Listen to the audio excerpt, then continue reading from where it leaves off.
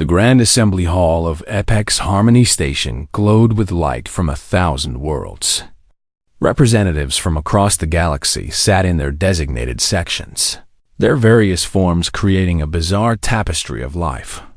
At the center of it all, the crystalline form of Archon Velmuth presided over the council, his body refracting light into sharp angles that seemed designed to intimidate. Admiral Daho Kem stood at the human section, his dress uniform crisp and his expression carefully neutral.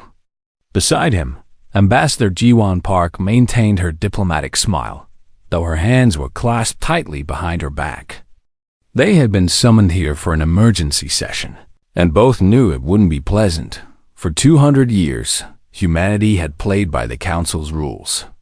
After making first contact with the Velthari Empire, Earth had been welcomed into galactic society with open arms and closed fists. The treaties came quickly. Humans could only expand to 5 colony worlds. Human weapons technology had to be approved by Council inspectors. Human ships couldn't exceed certain specifications. Every year, the restrictions grew tighter. Daho had spent his entire career watching alien inspectors walk through human facilities, sneering at Earth's technology, treating human officers like children who couldn't be trusted with sharp objects. He had swallowed his pride countless times, reminding himself that patience was the price of survival in a galaxy full of older, more powerful civilizations. Archon Velmuth's voice rang out across the chamber, a sound like glass chimes in a storm. The Council has reached a decision regarding the human question. The species known as humanity has demonstrated repeated tendencies toward aggression and territorial expansion. Despite our guidance, they continue to push against the boundaries we have established for galactic safety. Jiwan's smile finally cracked. Guidance? You mean the inspections that happen every month? The trade restrictions that keep Earth's economy barely functional? The military limitations that leave our colonies defenseless against pirates? A ripple of what might have been laughter came from the Braxis collective section. Counselor Threxis, a creature that resembled a mass of tentacles wrapped in diplomatic robes, spoke up. Ambassador Park, your people have been in space for barely 2 centuries. The Velthari have maintained order for 50,000 years. The Braxis for 30,000. Perhaps you should trust those with experience. Daho's jaw tightened. He had commanded Earth's defense fleet for 15 years, and in that time, he had learned the truth that the Council worked hard to hide. The Velthari and Braxis weren't maintaining order. They were maintaining their dominance. Every restriction on humanity was designed to keep Earth weak and dependent. Archon Velmuth continued as if Jiwan hadn't spoken. Therefore, the Council decrees the following. All human colonies beyond the Sol system must be evacuated and dismantled within 6 standard months. The human military fleet will be surrendered to Council custody for redistribution to peacekeeping forces. Earth will be permitted to maintain a small defensive force, subject to our continued oversight. The words hit like a physical blow. Daho felt the blood drain from his face. 6 colonies, home to over 2 billion humans, just erased with a decree. The fleet he had spent his life building, gone. Earth, reduced to a prison planet wrapped in the pretty lie of protection. Jiwan's voice was ice. You cannot be serious. Those colonies are our homes. Those ships are our protection. You're asking us to become prisoners. We are ensuring galactic stability, Velmuth replied. Your compliance is not optional. It is mandatory, and if we refuse... Daho spoke for the first time, his voice cutting through the chamber. Counselor Threxis made a wet, bubbling sound that the translator rendered as amusement. Refuse? Admiral, your entire fleet consists of, what, 500 ships? The Velthari command 10,000. The Braxis, 8,000. The rest of the Council combined, another 20,000. You have primitive weapons, slow engines, and outdated tactics. Your fleet is made of toys compared to ours. Other council members joined in the mockery. The insect-like Chithari clicked their mandibles in patterns that meant derision.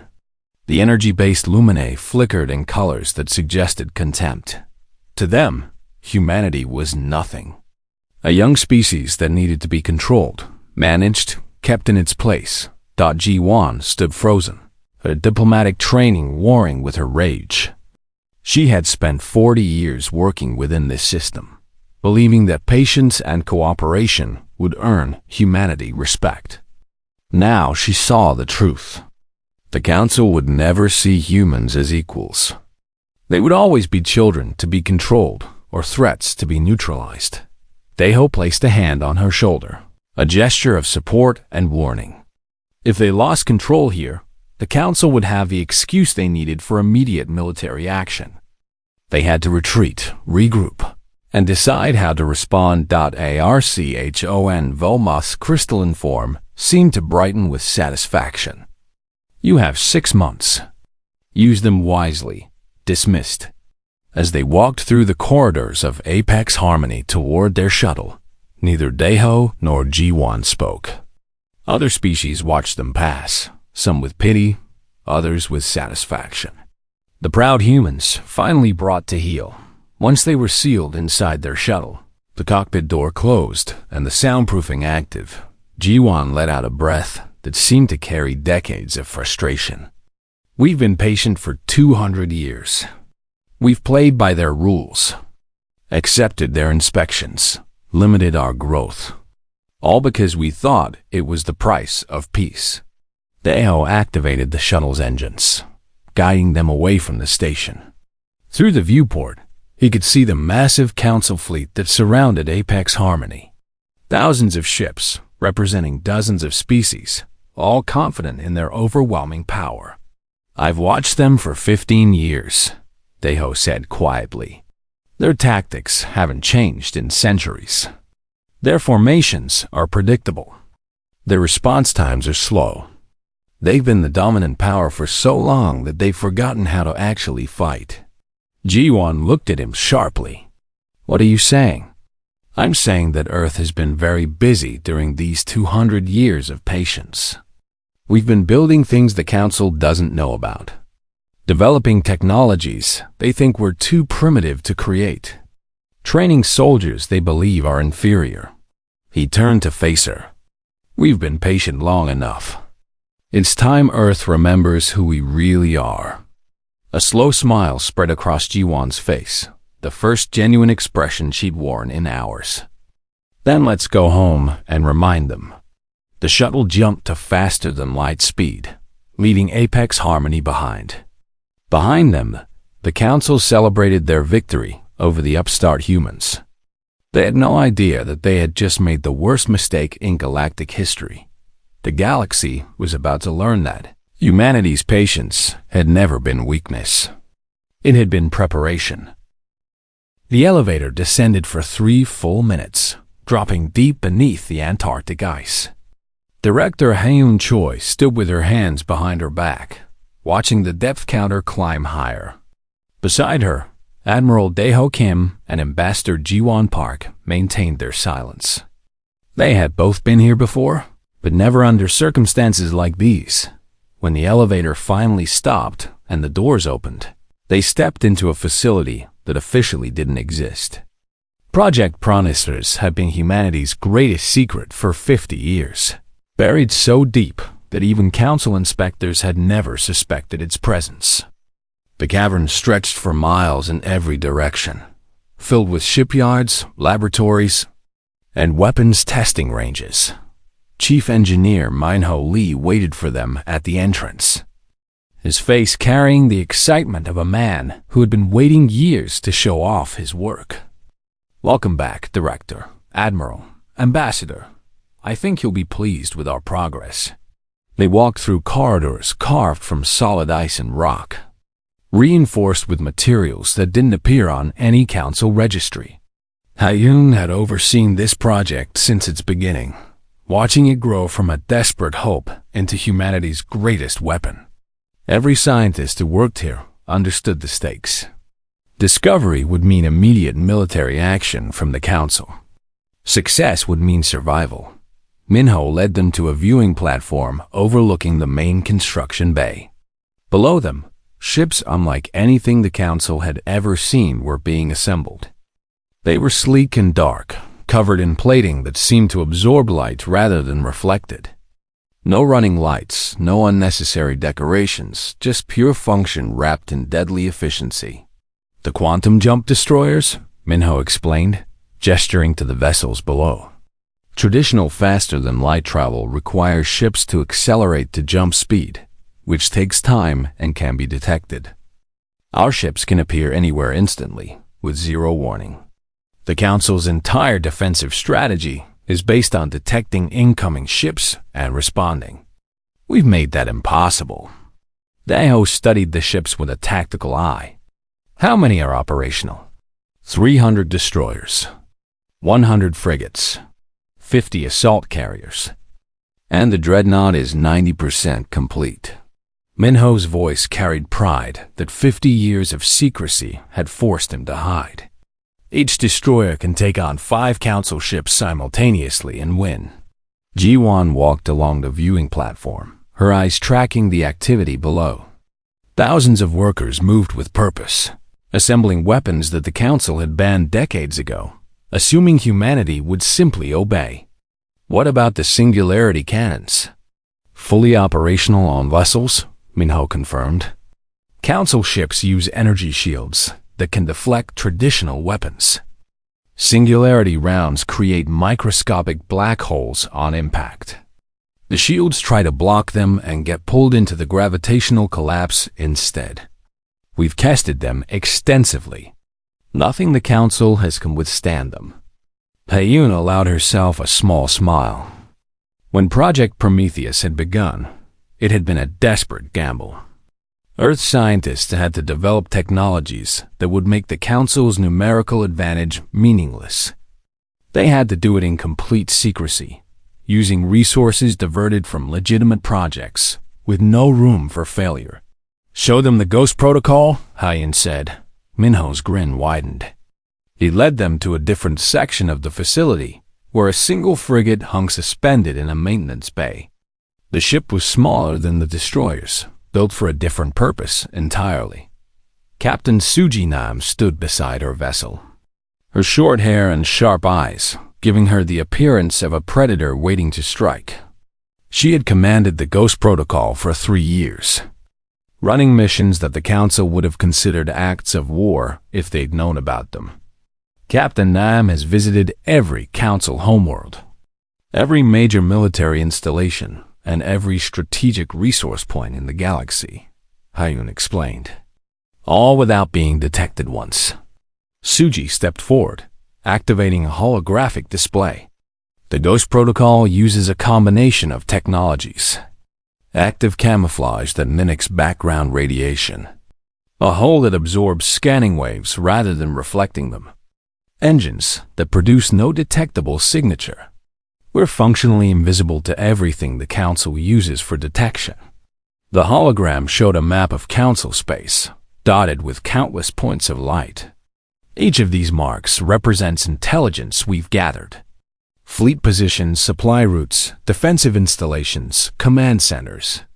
For 50 years, while the Council was inspecting our facilities and mocking our technology, we were mapping theirs down to the smallest detail. Daho studied the map with growing satisfaction. They think they know everything about us, but we know everything about them. Exactly, Suji confirmed. The Volthari keep 70% of their fleet in a defensive formation around their homeworld. It's impressive, but it also means those ships can't respond quickly to threats elsewhere. The Braxis spread their forces thin across their territory, relying on their communication network to coordinate responses. Disable the network, and their fleet becomes disconnected units operating blind. Ji-Wan turned to Hyun. How long until we can mobilize? The fleet is ready now. We've been ready for years. We were just waiting for the order. Hayun's expression hardened. The council just gave us that order. They demanded we surrender everything. They pushed too far. Minho brought up another display, showing Earth's official military fleet.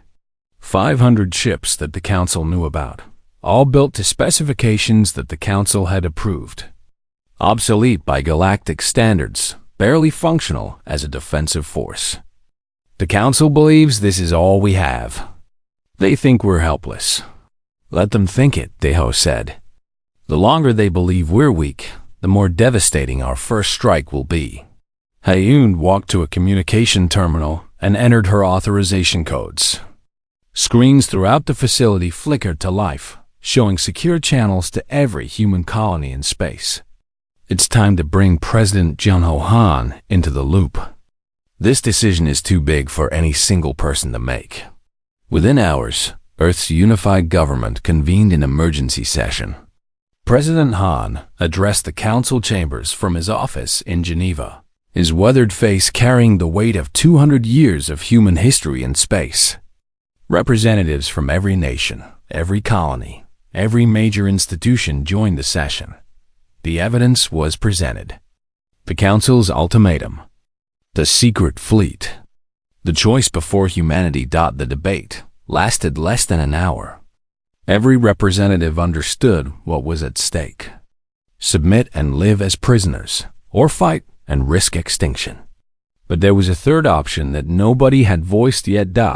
It was President Han who said it aloud. We don't just fight to survive. We fight to win.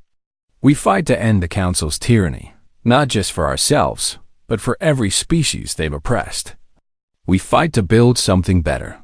The vote was unanimous. Hayun transmitted the activation codes. Across human space, hidden shipyards roared to life. Crews that had trained in secret for decades rushed to their stations. Weapons systems that had only been tested in simulation powered up for real combat. Captain Sujinam stood on the bridge of the Ghost Protocol, her fingers dancing across her command console. Set course for Braxis Central Command. It's time they learned what it feels like to be vulnerable. Admiral Daeho Kim boarded the battlecruiser Indomitable, the flagship of Earth's official fleet. But surrounding his ship, quantum signatures were forming as the secret fleet emerged from hiding. 300 destroyers materialized around him.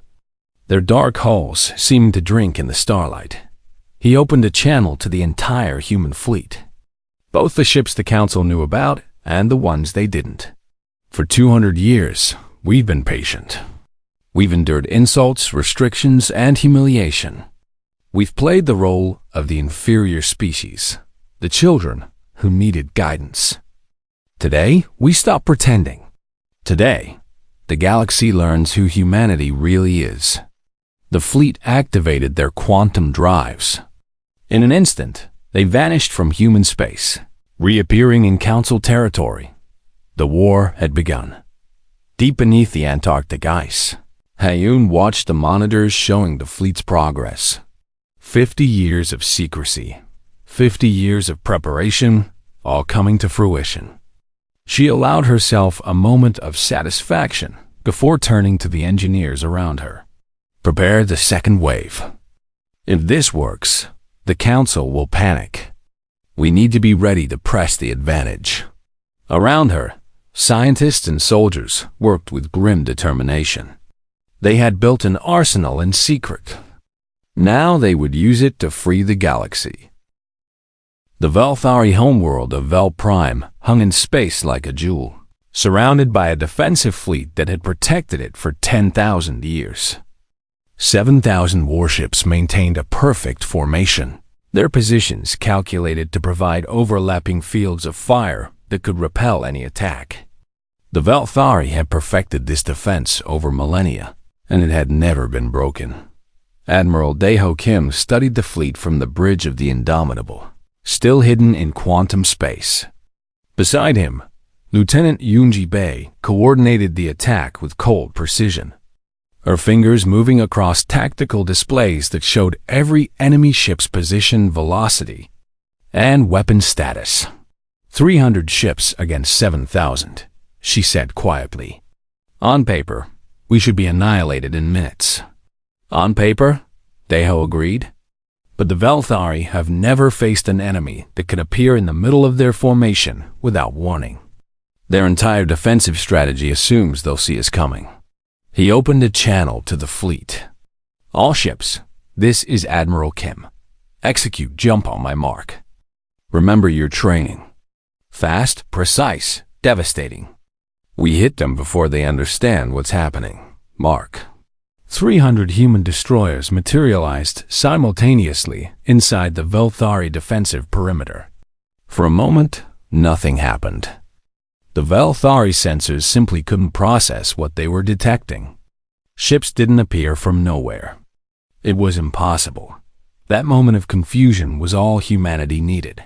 The destroyers opened fire with singularity cannons. Black holes bloomed across space, each one microscopic but devastating. Velthari shields tried to block the rounds, and instead got pulled into gravitational collapse.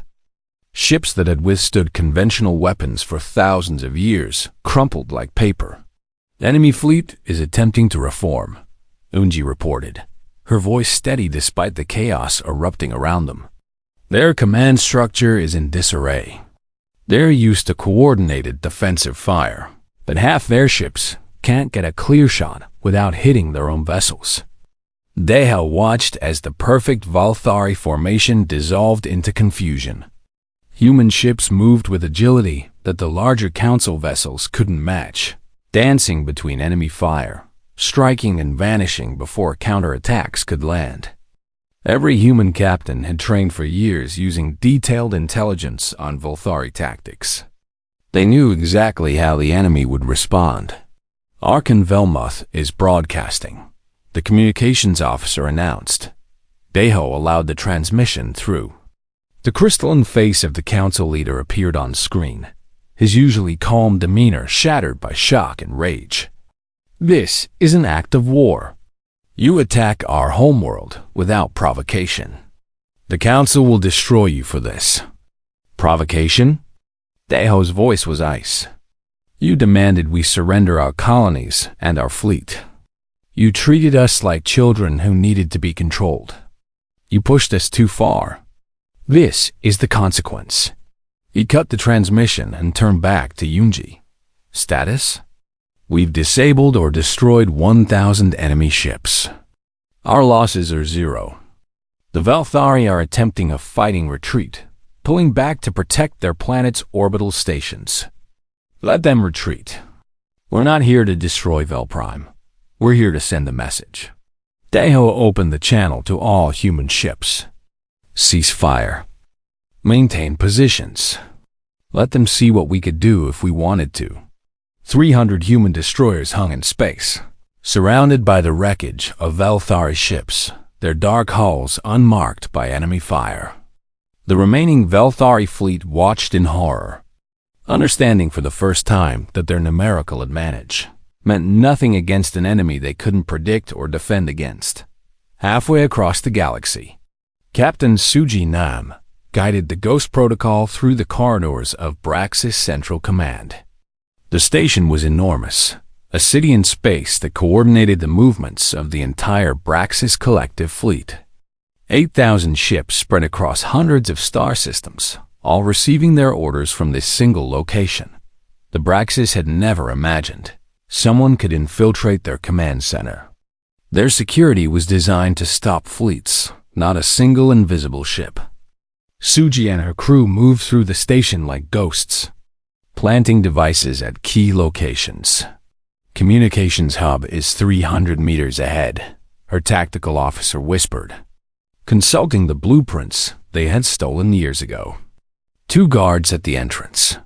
Suji's team moved with the efficiency of soldiers who had rehearsed this mission 1,000 times.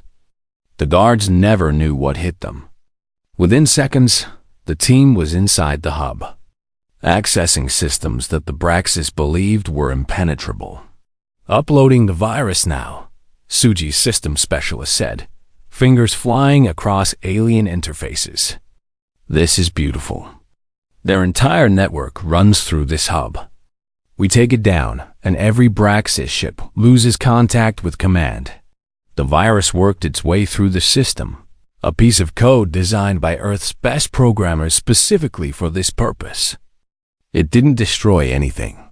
It simply scrambled communication protocols, making it impossible for Braxis ships to receive or send messages within minutes. 8,000 Braxis ships found themselves operating in complete isolation. No orders from command. No coordination with nearby vessels. No way to organize a unified response. The collective that had ruled through perfect coordination became thousands of disconnected units, each one uncertain and vulnerable. Commander Taeyong Shin led the assault carrier group into Chithuri space. The insect-like Chithuri had been among the most vocal in mocking human capabilities. Their fleet of 2,000 ships relied on swarm tactics, overwhelming enemies with sheer numbers. They had never faced an enemy that could deploy swarms of their own. The assault carriers opened their launch bays, releasing thousands of combat drones. Each drone was small, fast, and equipped with learning AI that adapted to enemy tactics in real time. The Chithuri swarmed forward to meet them, confident in their numerical superiority. The first wave of Chithuri ships was destroyed in seconds. The drones analyzed their attack patterns, calculated optimal responses, and executed with machine precision. The second wave adjusted their tactics. The drones learned from the adjustment and countered it. The third wave tried something completely different. The drones learned that too. Taeyong watched from his command center as the battle unfolded. Their formations are predictable. They've used the same tactics for so long that they can't adapt quickly enough. Our drones learn faster than they can innovate. Within an hour, the Chithuri fleet was in full retreat, their ships fleeing in every direction as drones hunted them through space. Taeyong recalled the drones and moved to the next target. There were 5 more Council species to remind of humanity's capabilities. Across Council space, similar scenes played out. Human forces struck with precision and overwhelming technological superiority. Species that had thought themselves untouchable found their fleets crippled or destroyed. Homeworlds that had never known threats suddenly found human ships in orbit. And through it all, humanity maintained strict rules of engagement. No civilian targets. No planetary bombardment. No unnecessary destruction. This wasn't about genocide or revenge.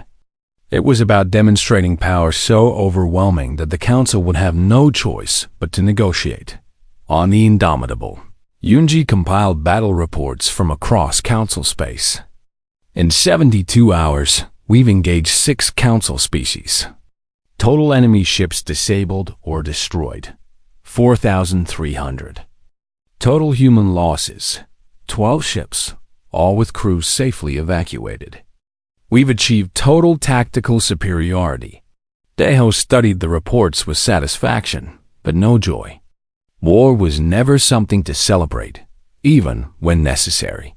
And the Council's response? Chaos. Some species are calling for immediate surrender. Others want to continue fighting. The Valthari and Braxis are trying to rally the Council for a unified counterattack, but nobody trusts them anymore. We've broken their authority. A transmission came in from Ambassador Jiwon Park, who had remained on Earth to coordinate diplomatic efforts. Admiral, we're receiving surrender offers from 8 Council species. They want to negotiate immediately. Tell them we'll negotiate when the entire Council is ready to talk. Not before. We're done dealing with them one at a time while they play politics. Daeho turned to his crew. Maintain positions. Be ready for anything. The Council has been in power for thousands of years. They won't give it up without one more fight. Captain Sujinam and her team slipped out of Braxis Central Command as invisibly as they had entered, leaving behind a communication network in ruins and a collective in disarray. As the Ghost Protocol jumped away to its next mission, Suji allowed herself a grim smile. They called our fleet toys. I wonder what they think now. Across human space, populations watched the battle reports with a mixture of awe and fear. For 200 years, they had been told the Council was invincible. Now they watched as human forces dismantled that invincibility piece by piece. President Junho Han addressed Earth and all its colonies. We did not want this war. We tried patience. We tried cooperation. But the Council pushed us too far. Now they see what humanity is capable of when we stop hesitating. We will fight until they understand that we are equals, not subjects. In 72 hours, humanity had changed the galaxy forever. The Council that had ruled for millennia found itself broken, its species in chaos, its authority shattered, and humanity was just getting started. The Emergency Council session on Apex Harmony Station was nothing like the confident gathering where they had issued their ultimatum to humanity. Archon Velmuth stood at the center of the chamber, his crystalline form flickering with stress fractures that had never been there before. Around him, representatives from dozens of species shouted, argued, and blamed each other for the disaster that had befallen them. "This is your fault." A representative from the Lumine species flared in angry reds and oranges. "You said humanity was primitive. You said they were no threat." Councillor Threxus of the Braxis Collective writhed in agitation, his tentacles forming knots of anxiety. How could we have known? They showed us obsolete ships. They allowed inspections. They seemed to comply with every restriction. They were lying to us for 50 years. Someone else shouted, building weapons in secret while we believed we had them controlled. Archon Velmuth tried to restore order, but his authority was crumbling. For 10,000 years, the Velthari had led the Council through their combination of military might and diplomatic skill. Now their homeworld was surrounded by human ships, their fleet reduced by a third, and their reputation for invincibility destroyed. "We must organize a unified response," Velmuth insisted. "If we combine our remaining forces." "Combine forces?" A representative from the Chithari cut him off, their mandibles clicking in fury. "You mean send more ships to be destroyed? Humanity has technology we cannot counter. Their ships appear from nowhere.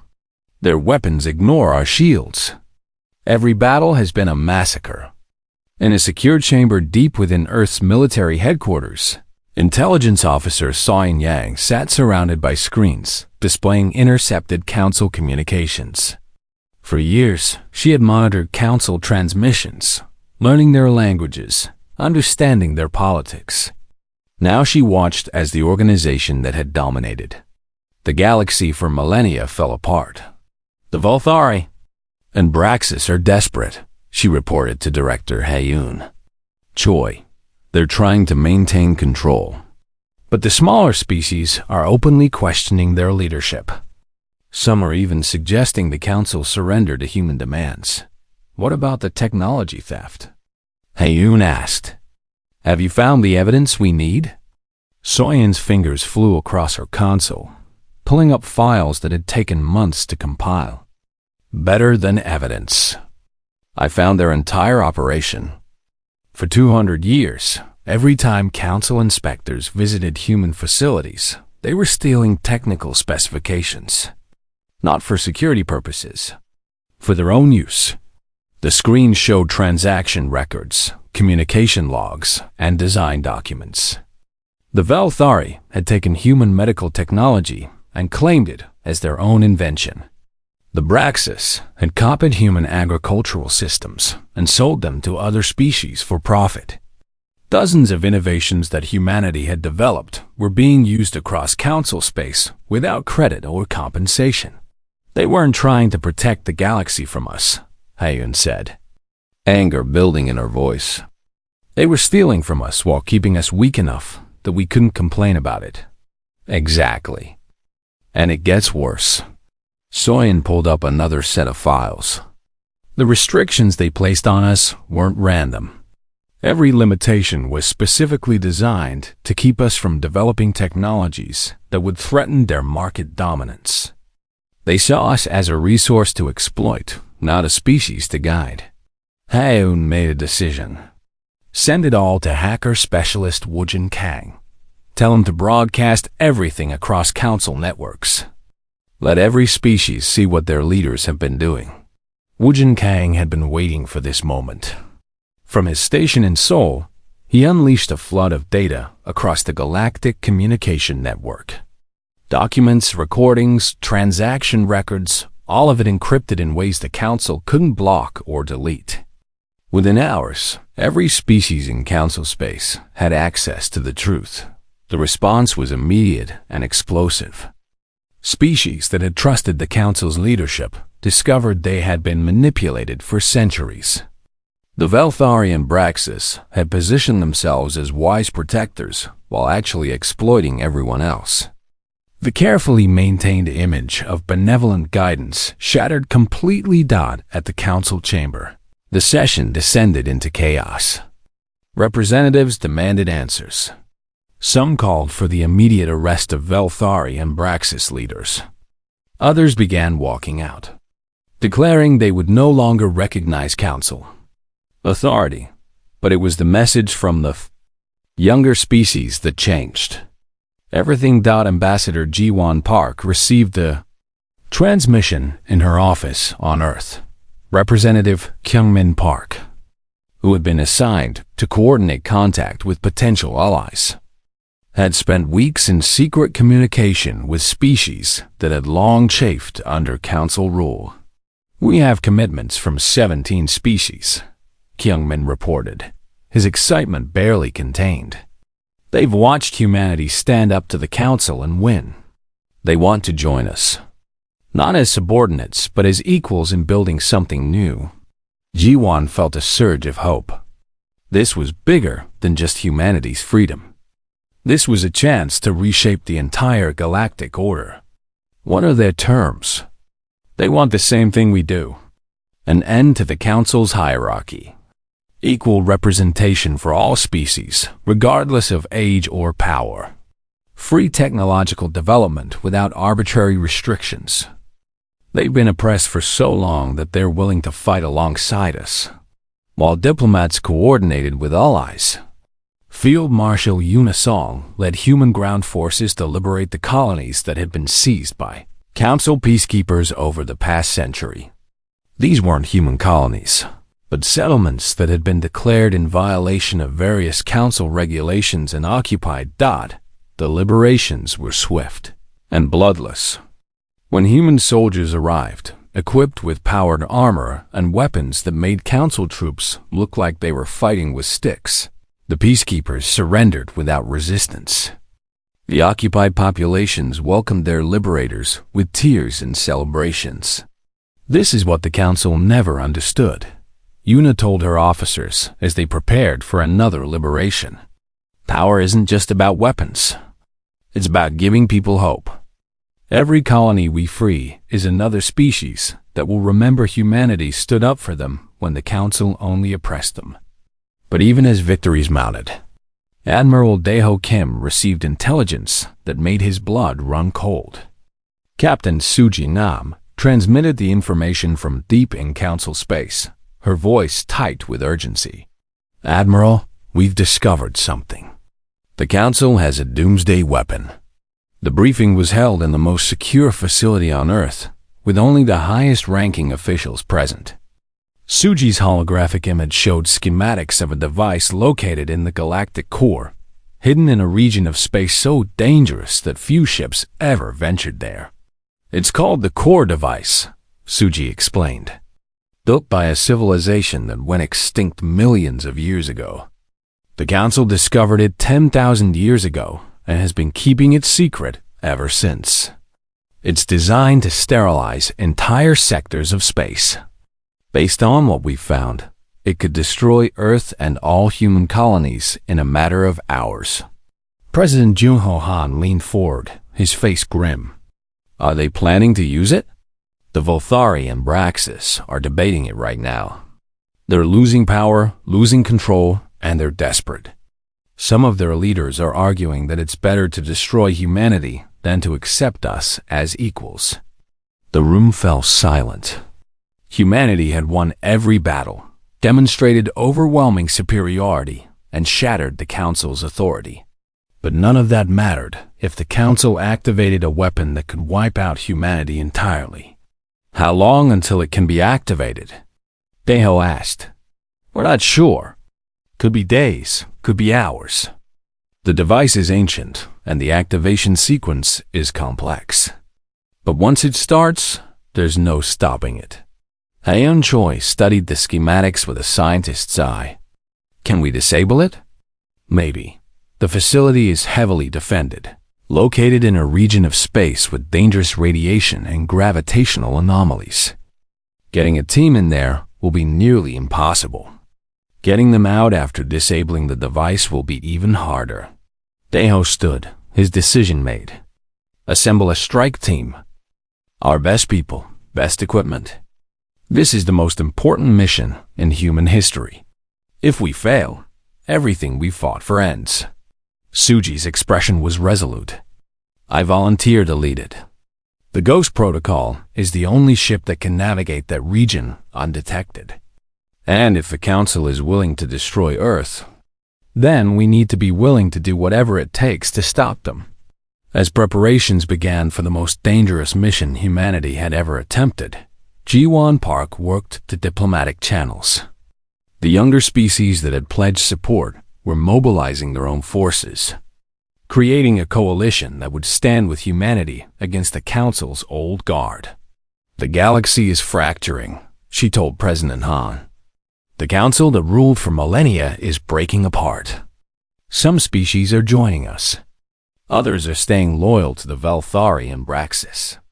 This could turn into a galactic civil war.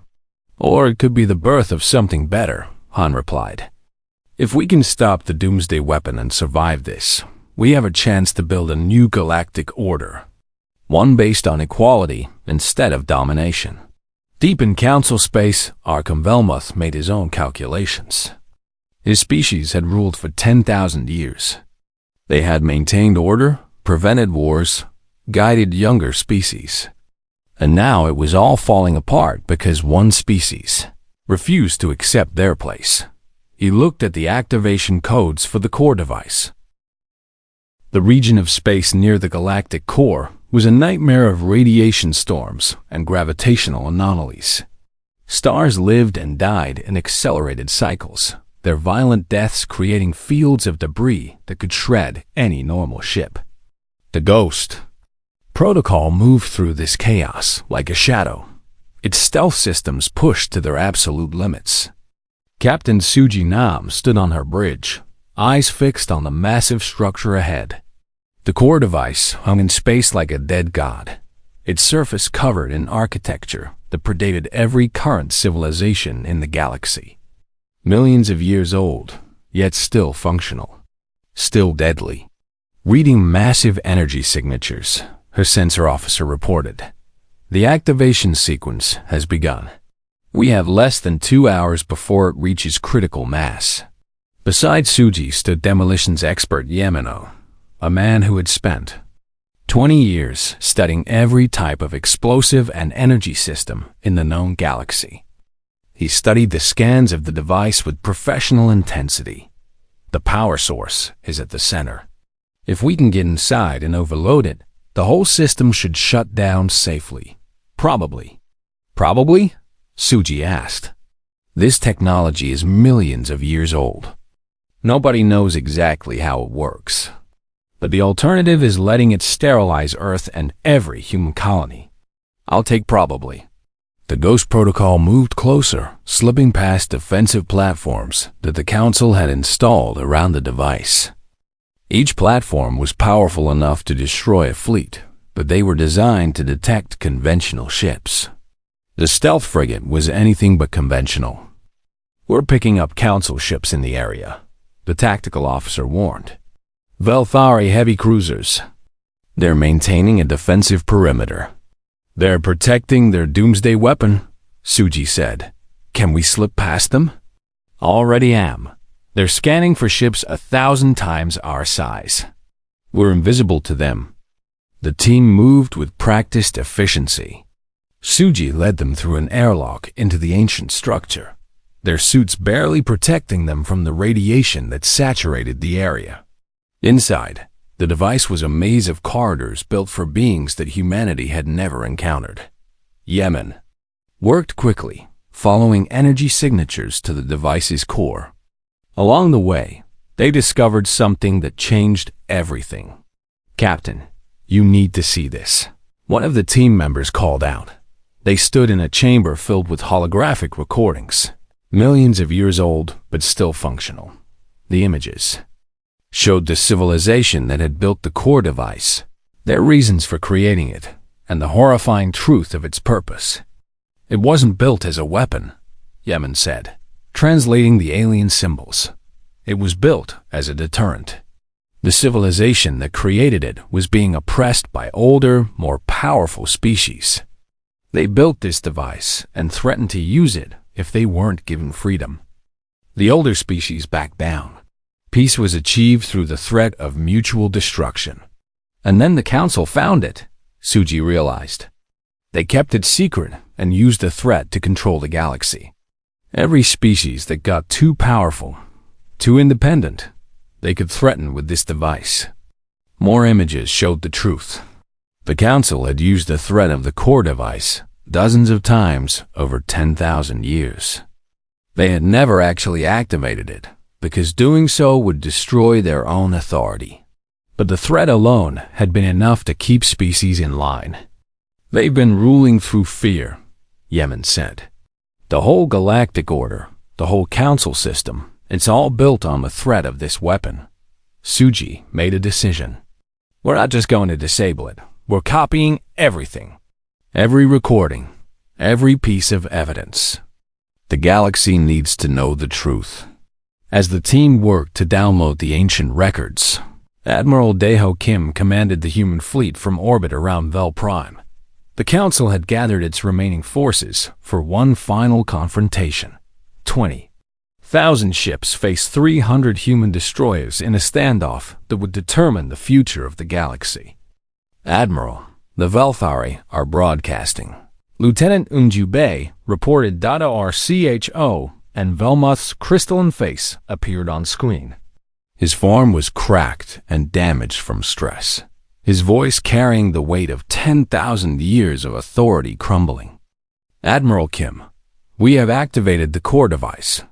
In less than 2 hours, Earth and all your colonies will be destroyed.